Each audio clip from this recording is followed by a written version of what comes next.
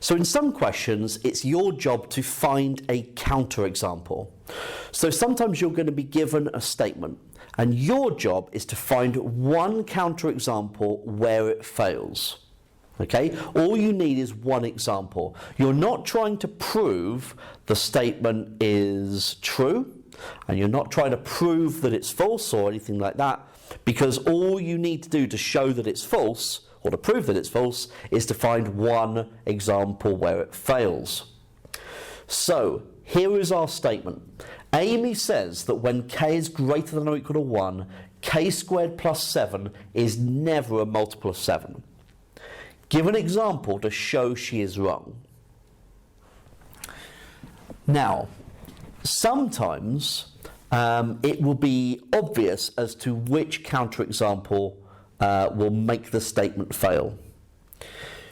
There is one that you might be popping into your head. But let's say we weren't seeing that, and we then would have to go down some kind of brute force method here.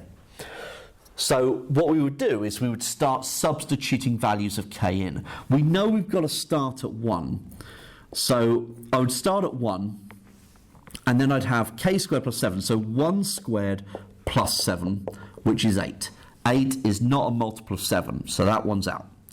Okay, so what about k is 2? Well, 2 squared plus 7 is 4 plus 7, which is 11. That's not a multiple of 7. What about k is 3? 3 squared plus 7 is 9 plus 7, which is 16. 16 is not a multiple of 7. So good so far, right? So Amy's statement's looking good. Let's keep going. What about k is 4? 4 squared plus 7, 16 plus 7 is 23. That's not a multiple of 7. What about k is 5? 5 squared plus 7 is 25 plus 7, which is 32. Is 32 a multiple of 7? No. So we're still going well, right? What about k is 6? 6 squared plus 7? 36 plus 7 is 43. Is 43 in the 7 times table? No. 6 sevens are 42, so right. What about k is 7? 7 squared plus 7 is 49 plus 7, which is 56. 56 is in the 7 times table.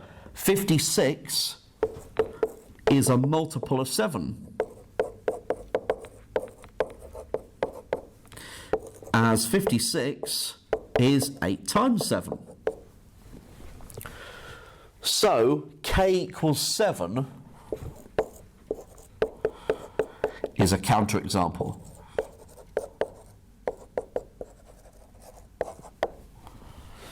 So Amy is wrong. Or Amy is incorrect. Okay, so we found one counterexample where it fails. Now that might have been one that you spotted immediately from the outset, and that's all you would need to do. Just find that one example. The reason as to why you might say 7 immediately is because we know it's got to be a multiple of 7. And if k is 7, you've got 7 squared plus 7. It has to be divisible by 7 if that's the case. Okay? So,